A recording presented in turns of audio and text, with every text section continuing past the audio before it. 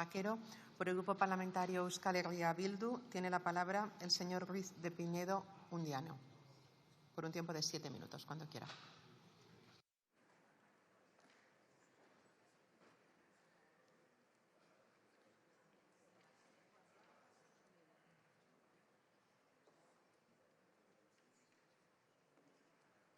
Arratsaldeon, buenas tardes.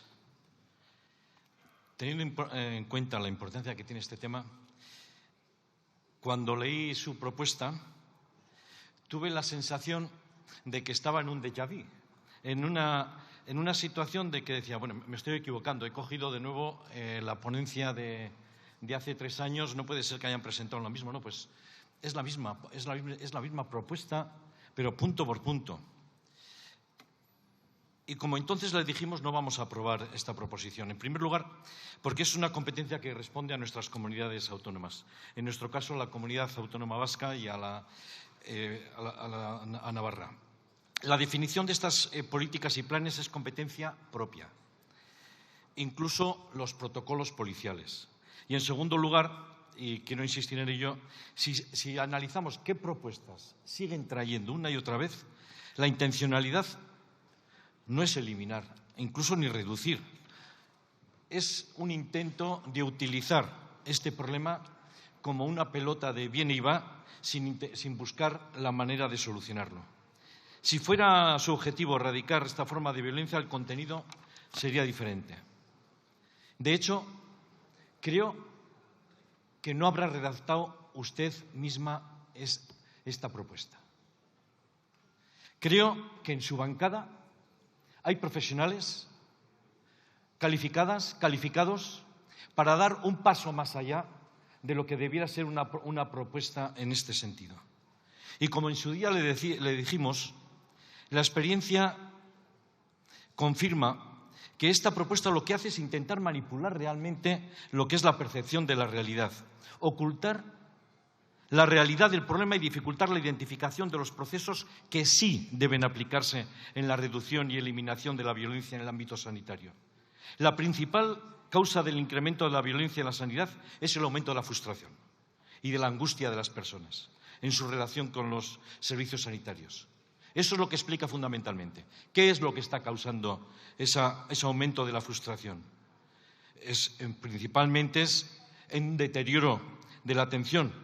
Pero también hay otras cuestiones. No solamente es el deterioro de la atención. Hay cambios también en el perfil y en las expectativas de la población atendida. La ciudadanía debe entender que la frustración o la angustia por diferentes causas, como pueden ser los problemas de las esperas, la desesperación de pacientes y familiares, jamás deben de justificar cualquier tipo de episodio de violencia hacia las profesionales y los profesionales. Y es que hay otros factores sociales que repercuten en esta cuestión. Uno de ellos es el incremento de la cultura de la violencia verbal. Por cierto, esta Cámara está dando buen ejemplo precisamente de lo que tiene que ser la educación verbal.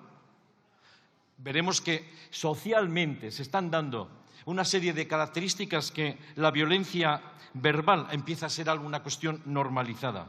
Y la otra es el sexismo y el machismo de sectores amplios en la sociedad. No es casualidad que, sobre todo, las profesionales y los profesionales que sufren estas agresiones, en muchos casos, sean mujeres.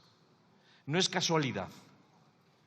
Y eso es también porque hay una cultura social que está promocionando, precisamente, hay una interrelación entre esa violencia verbal y ese sexismo. No vale, entonces, ir buscando soluciones de tipo policial, cámaras, aislar a las profesionales y a los profesionales de las personas pacientes en la atención. Hay que buscar otros procedimientos. Afortunadamente, además, este incremento de los comportamientos solo implica a una minoría de toda la población que está sufriendo el deterioro de esa atención sanitaria. Hay responsabilidades políticas que ya mis anteriores que han intervenido ya las han puesto de manifiesto. Y en ese sentido quiero decir también que no solamente han sido responsabilidad de su partido, porque está ocurriendo también en comunidades autónomas que no han sido gobernadas por su partido. El deterioro de la atención es una cuestión que es generalizada y es precisamente la desatención hacia lo público. Y desde esta perspectiva es de donde debemos atender el problema. La cuestión es reforzar las medidas, la cuestión es reforzar la atención y no reforzar medidas de tipo autoritario, policial, punitivo y de aislamiento entre los profesionales y las personas pacientes. Y mucho menos legislar estas medidas para que se apliquen de modo generalizado. Tenemos que aplicar las medidas allí donde es necesario, pero no de modo generalizado en los centros de salud, por ejemplo. Resolver la violencia en el ámbito sanitario debe ser un objetivo prioritario, porque tiene graves consecuencias para los trabajadores, para las organizaciones y, sobre todo, porque esa violencia afecta a la misma situación a las personas que están ejerciendo esa violencia. Hay que darle mayor rango de importancia a este problema, pero eso exige estrategias que vayan de raíz al problema. ¿Quieren abordarlo de verdad? Hay que atenderlo en sus causas y en sus diferentes manifestaciones y en sus diferentes ámbitos. No hay que hacer una norma generalizada, sino aplicar el bisturí allí donde se está dando y con los colectivos que lo están haciendo. Si se quiere hacer un plan contra la violencia sanitaria, si se quiere hacer una nueva ley contra la violencia sanitaria, les pido una cosa: consulten con los expertos y con las personas profesionales. Encontrarán que los factores de riesgo de la violencia están en unas estructuras organizativas rígidas, burocratizadas, autoritarias, que no dan lugar a la autoorganización precisamente de las profesionales y de los profesionales y de tener medios para responder a estas situaciones. Y también encontrarán que los factores de riesgo de violencia están en relación con el mal clima organizacional y la falta de capacidad de respuesta del sistema. Condiciones de trabajo, masividad, mala calidad de información, mal servicio y factores individuales predisponentes, como son historiales violentos, etcétera, que sí son personalizados y lo que requiere es atención a esas personas. Si se ponen medios para corregir estas cuestiones, es cuando entonces podremos hacer planes de riesgo. Este proyecto, por eso le digo que no es práctico. Manipula y desvía la atención del núcleo de origen de los problemas de violencia. Insisto, por eso no lo vamos a apoyar. Pero sí estamos dispuestos a trabajar realmente en las líneas que son las necesarias, no para utilizar políticamente este problema. Muchas gracias.